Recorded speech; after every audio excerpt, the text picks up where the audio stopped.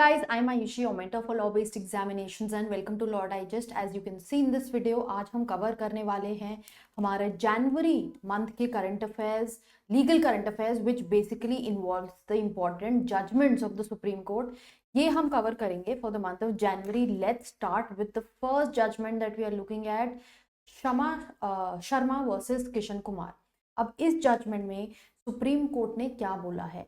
This judgement now basically pertains to the issue कि जब आप मेमो ऑफ पार्टीज फाइल करते हो, किसी भी केस में मेमो ऑफ पार्टीज एक डॉक्यूमेंट होता है जो फाइल होता है जहाँ पे पार्टीज की डिटेल्स दी होती हैं, वहां पर आप कास्ट नहीं मेंशन करोगे. ये सुप्रीम कोर्ट ने बोला है स्पेसिफिकली. कास्ट और रिलीजन ऑफ पार्टीज इस कोर्ट के सामने, इस कोर्ट मीनिंग सुप्रीम कोर्ट के सामने ऐसा नहीं मेंशन किया जाएगा, इररिस्पेक्टिव कि आपने लोअर कोर्ट में वो डिटेल्स दी हैं या नहीं. फर्दर सुप्रीम कोर्ट की बात तो हो गई, हाई कोर्ट को भी डायरेक्शंस दी गई हैं कि आप इंश्योर करेंगे कि कास्ट और रिलीजन जो है लिटिगेंट का, वो मेमो ऑफ पार्टीज में नहीं आना चाहिए in any petition suit proceeding जो भी फाइल हो रही है हाई कोर्ट के सामने या किसी सबऑर्डिनेट कोर्ट के सामने under the respective jurisdiction of that particular high court.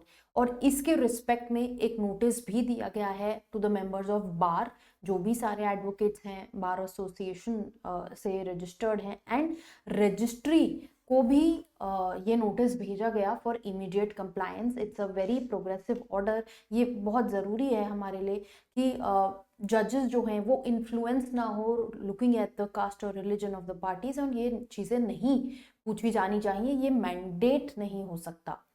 Then moving forward, state of Uttar Pradesh versus association of retired supreme court and high court जजेस. अब इस केस में ये एक स्टैंडर्ड ऑपरेटिंग प्रोसीजर जो है वो फ्रेम हुआ. द इशू बेसिकली पर्टेन कि इलाहाबाद हाई कोर्ट ने दो ऑफिशियल्स जिन्होंने रिटायर्ड जजेस को जो भी फैसिलिटीज दी जाती हैं वो ठीक से नहीं दी, उसके ऊपर दो secretaries of the Uttar Pradesh government they were summoned.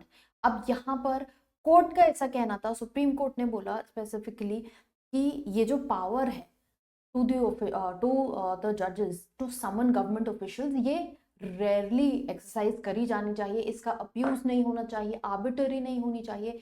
Just by threatening them with contempt आप इस पावर को एक्सरसाइज नहीं कर सकते हो. इसके रिस्पेक्ट में एक स्टैंडर्ड ऑपरेटिंग प्रोसीजर जो है वो फ्रेम किया गया कि आप अगर समन करते हो ऐसे ऑफिशियल्स को before the court, then you have to follow this procedure. और ये चीज डायरेक्ट करी गई to all the high courts and बोला गया हाई कोर्ट्स को भी to frame rules to regulate the appearance taking into account ये जो जनरल एसओपी बनाया गया है.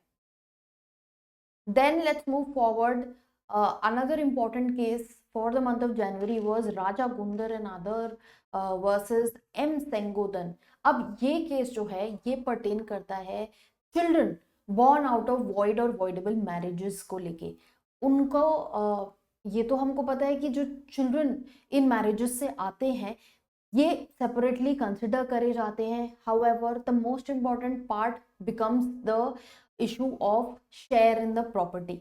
तो अब यहाँ पर हाई कोर्ट ने ऑल्दो डायरेक्शन दिया था कि उनको जो भी चिल्ड्रन हैं वॉइड मैरिज के उनको शेयर नहीं दिया जाएगा, बट हाई कोर्ट की फाइंडिंग्स को गलत ठहराते हुए इस जजमेंट में justice MM Sundaresh and SVN Bhati justice ने ये होल्ड करा है कि जो कॉमन एंसेस्टर है, अगर वो खुद ये मान रहा है कि वो उसके बच्चे हैं, he has considered the children who are born out of whether void or voidable marriages as his legitimate children, then these children will be entitled to the same share जो उनके जो valid marriage से children हुए हैं उनको जो मिलेगा वो ही सेम इनको भी मिलेगा. They will be treated at par and they will be treated as extended family of the common ancestor for the purposes of the share in the property. बहुत इंपॉर्टेंट जजमेंट अगेन. इसके respect में मैंने specifically Instagram पे YouTube पे I had posted infographics जहाँ पे पूरी इस जजमेंट की डिटेल मैंने आपको दी हुई है, एक स्नैपशॉट दिया हुआ है, you can understand from there also. If you are following the channel regularly, आपने वो ऑलरेडी देख लिया होगा। ये केस पर्टेन करता है बिल्किस बानो को, जो आपको पता है कि गोधरा राइट्स के टाइम पे बहुत बड़ा हादसा हुआ था उनके साथ, and she was raped. Further family के जो मेंबर्स हैं उनको मार दिया गया था।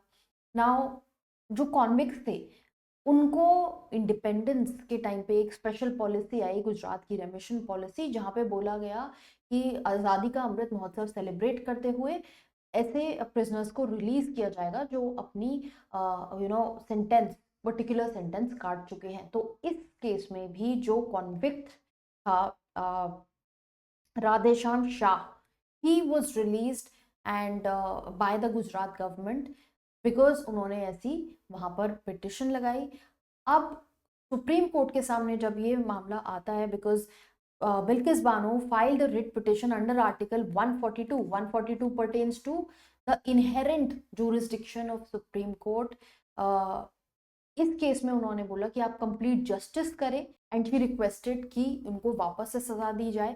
अब यहाँ पर सुप्रीम कोर्ट ने उस जजमेंट को सेट असाइड करते हुए मई 2022 में सुप्रीम कोर्ट का जजमेंट आया था considering the Gujarat remission policy. However जब रिट पिटिशन देखी गई तो कोर्ट ने ये नोटिस किया कि जो अक्यूज है उन्होंने एक फैक्ट्स जो हैं वो छुपाए हैं कोर्ट से, they have misled the court and fraud play किया है ऑन द कोर्ट।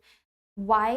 बिकॉज अब यहाँ पर ये जो केस है, महाराष्ट्र में ये केस चल रहा था, गुजरात से ये केस हटा दिया गया था on special request, and jurisdiction जो है महाराष्ट्र का ही चल रहा था। बाद में सीबीआई केम इनटू बीइंग। तो इस चीज को ध्यान में रखते हुए सुप्रीम कोर्ट का ये कहना था कि स्टेट ऑफ गुजरात जो है उसका कोई भी यहाँ पर लोकस नहीं बनता है for a policy for these people, and in पे ये अप्लाई नहीं होगी क्योंकि ट्रायल ऑलरेडी महाराष्ट्र में चल रहा था, तो जुरिस्डिक्शन यहाँ पर अप्लाई नहीं होता है। इस केस में सुप्रीम कोर्ट ने फाइनली ये होल्ड किया कि जो गुजरात हाई कोर्ट के ऑर्डर्स हैं जहाँ पर उनका रेमिशन जो है वो कैंसिल कर दिया गया है based on the jurisdiction, further कि उन्होंने ये एप्लीकेशन में डिस्क्लोज नहीं किया कि महाराष्ट्र गवर्नमेंट के सामने ये केस चल रहा था, it is not the Gujarat government. Then जो भी सीबीआई की तरफ से नेगेटिव ओपिनियंस रहे हैं, जो मैटर ट्रांसफर हुआ है, ये सभी चीज़ें डिस्क्लोज नहीं करी गई हैं। इन्हें ध्यान में रखते हुए the court declined the रेमिशन for these accused people. इसी के साथ हमारे जो ये मोस्ट इंपॉर्टेंट जजमेंट्स हैं जनवरी के, ये ख़त्म होते हैं। इसके अलावा भी जजमेंट्स हैं।